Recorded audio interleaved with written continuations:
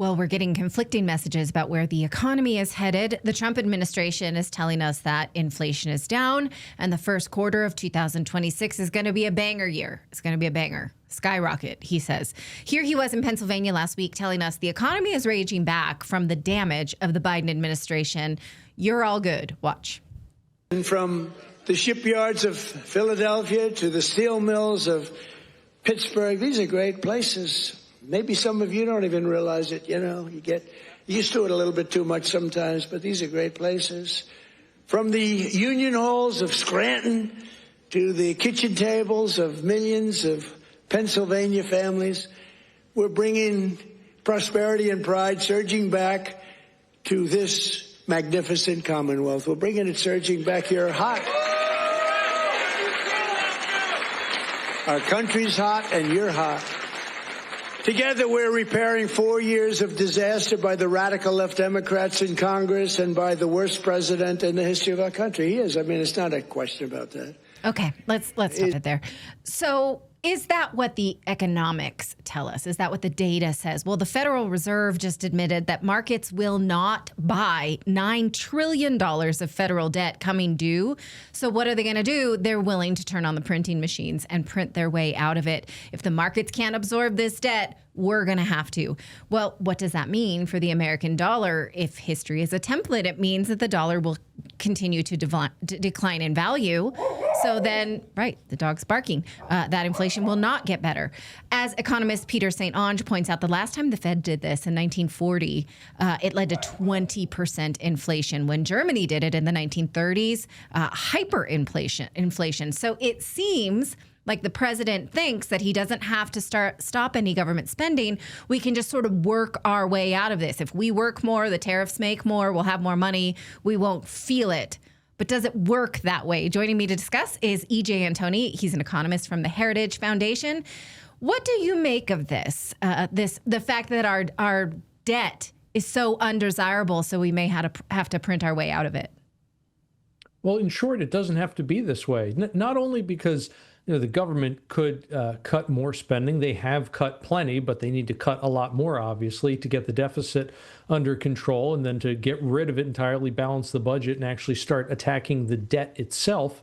But whatever the case, that's just on the fiscal side. On the monetary side, again, it does not have to be this way.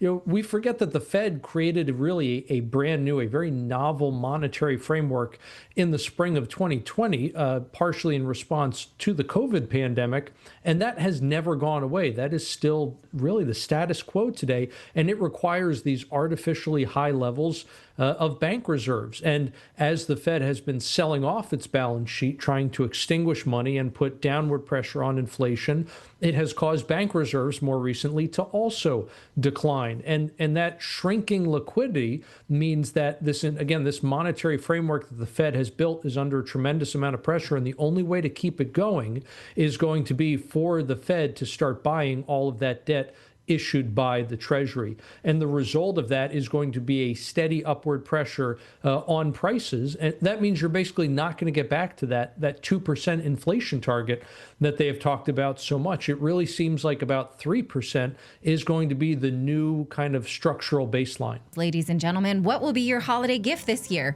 How about looking younger, maybe decades younger in just minutes if you're using Genucel? Do you want skincare for the holidays? Yes, I do. Always. Genucel has a Christmas and holiday sale. You can save over 70% of their complete skincare package featuring Gen 90, which visibly reduces the appearance of fine lines, wrinkles, and under eye bags, even laugh lines around the mouth. So say goodbye to those lines and wrinkles, eye bags that give away your age. Get compliments this holiday season. When you order today, Genucel will include their top-selling Genucel Deep Firming Vitamin C Serum and Genucel XV Anti-Aging Moisturizer in your complete collection package. Treat yourself this holiday season to 10 years off your appearance. Everyone will see the difference. 100% guarantee or your money back. That's the Genucel promise. You can find out for yourself. Use the code REDACTED and get 10% off at Genucel.com/redacted. Plus, you can get 10% off the complete skincare package and free shipping. Again, the code is REDACTED for an extra 10% off, and you go to Genucel.com/redacted. one more time. That's janiacell.com/redacted.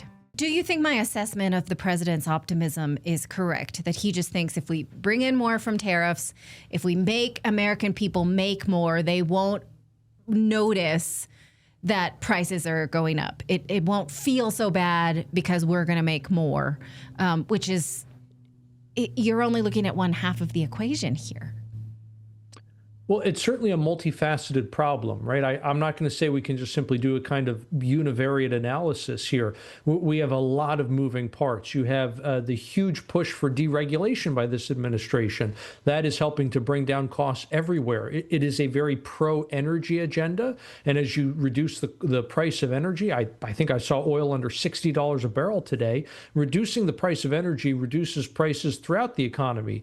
At the same time, you're going to allow people to keep more of their money because of the tax cuts. So all of these things on the one hand are going to help increase people's weekly paychecks, if you want to think of it that way. But then in terms of the Fed, what we're doing in monetary policy is reducing the actual value of those paychecks. In other words, what those paychecks can buy. And then it becomes a question of those two competing factors, which one is actually going to win out. And that'll be the winner in that contest is going to help determine whether Americans are actually feeling better or worse about the economy. So again, you have tax policy, which includes tariffs. You have regulatory policy. You have a whole slew of different things in the mix right now. So I can't really say it's so simple as, well, it's just monetary policy or it's just tariffs or just any one thing in particular. Right. Now, what do you make of the military budget coming in at even higher than $900 trillion? Where are we going to get that? And how is that going to affect the American people? It only accounts for a 3% raise for military personnel. The Department of War has not made one effort to audit military contracts and say we shouldn't spend $500 for a screw that costs $2. That feels a bit like a betrayal when I see that high price tag. What do you think? Well, it's certainly the case that we do need audits throughout the military budget. Spending hundreds of billions of dollars is just unacceptable given the results that we're achieving with that.